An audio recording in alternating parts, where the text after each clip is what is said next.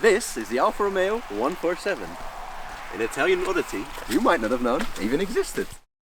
Alfa Romeo built this car in 2004 with a 1.6 liter inline-4 engine. Now to open the trunk and see that engine, we need to open the door,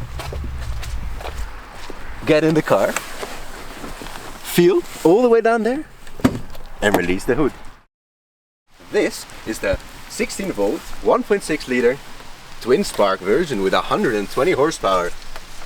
Now as we can see, this engine bay is quite busy, but Alfa Romeo managed to put a V6 with 250 horsepower in this engine bay, producing 250 horsepower, as I just said. Now for the rest, the engine bay is pretty standard. Although look at this, wiper fluid, all the way, that little valve. Now let's get in this car and look at some of the quirks and features of the interior. First, to open the car, stick in the key, and just like any old door, open the door. What you will notice is these exquisite, luxury Alfa Romeo door handles. The first quirk is that the door opens almost 90 degrees, allowing for even larger individuals to scoot into the seats very easily. Now here you see the interior of the Alfa Romeo. As you see, it looks quite normal as any car interior from this time would. The steering wheel is right here. It's got light controls on the left stalk, blinkers where you'd expect them, wiper controls, key goes in there. But as we can see, there's some Alfa Romeo touches even on the interior. First, we see Alfa Romeo lettering right at the entrance. Here we see Alfa Romeo cup holders, but also Alfa Romeo credit card holders. Even in 2006, Alfa Romeo thought Alfa Romeo drivers should enjoy the luxury of having their credit cards in their car. Now Alfa Romeo also supplies you with a little cabin for just about nothing. And the more storage space in the middle.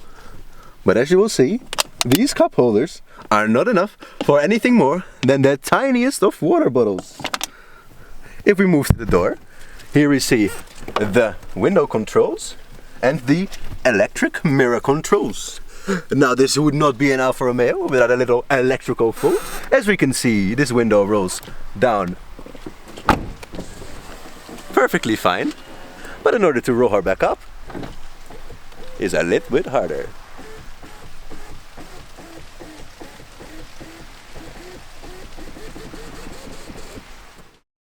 Also in this interior, you'll see the glove box, pretty standard, not that spacious. As you see, it slides up very roughly, probably because one of the hinges is kind of broken. Then we see this car has air vents, but not just 2 or 3. There's 2 air vents up here, 1 air vent up here, 2 on the left and 2 on the right. An Alfa Romeo driver must always be properly temperatured. Up here we see the light controls with 2 dome lights differing in intensity. If you don't like the sun, Alfa Romeo provides you with a lovely, lovely, lovely mirror and sunshade. The driver can also have an extra mirror for that extra angle that you would not expect. Now let's get into the back of the car. To get into the back of the car, you must first exit the car, pull on this ledge, and slide the driver's seat all the way forward. Even here, Alfa Romeo stood at the bigger drivers, leaving ample space to slide right into the back, where you can see, even for a guy like me, it's perfectly fine, leaving more than enough legroom.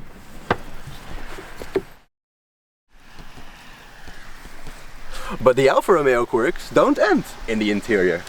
If I want to get into the back of the 147, I have to move up to the front, open the door, move myself into the interior and press this funky button. Only Alfa Romeo could think of a solution that interesting. As we can see, the back of the car is pretty spacious. You can see this is where the spare license plates are, the spare wheel could be, and of course your trusty driver's mug.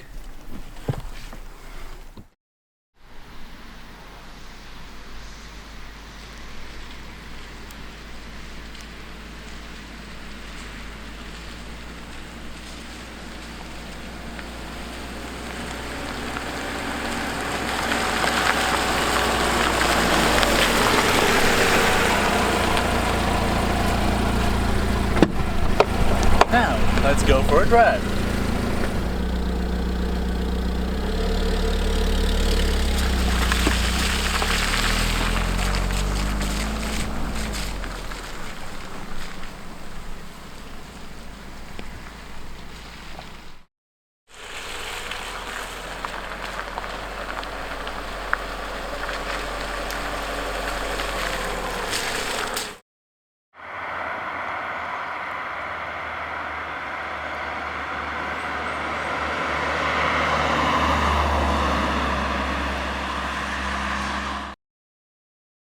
Now this Alfa, even running winter tires, handles incredibly well.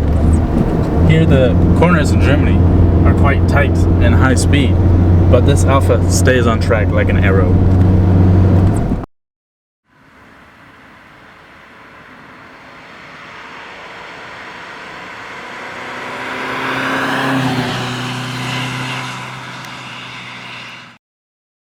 The shifting on this Alfa Romeo 147 is actually quite proper, one might say, in England.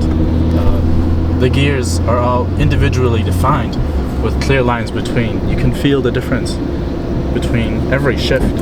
It is quite amazing what they have created in Italy.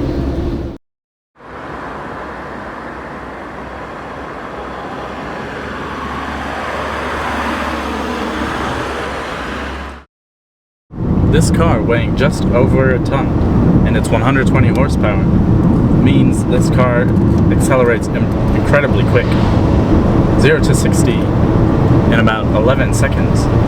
On the highway, it lags a little bit, but what do you want? You take this on curvy roads and not for the highway.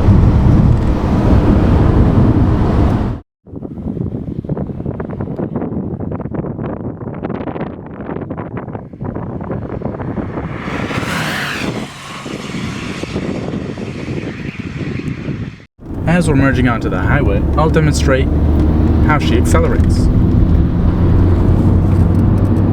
60, 70, 80, 90, fourth gear. 100. High kicks, a predator on wheels. Woke up with bruises on my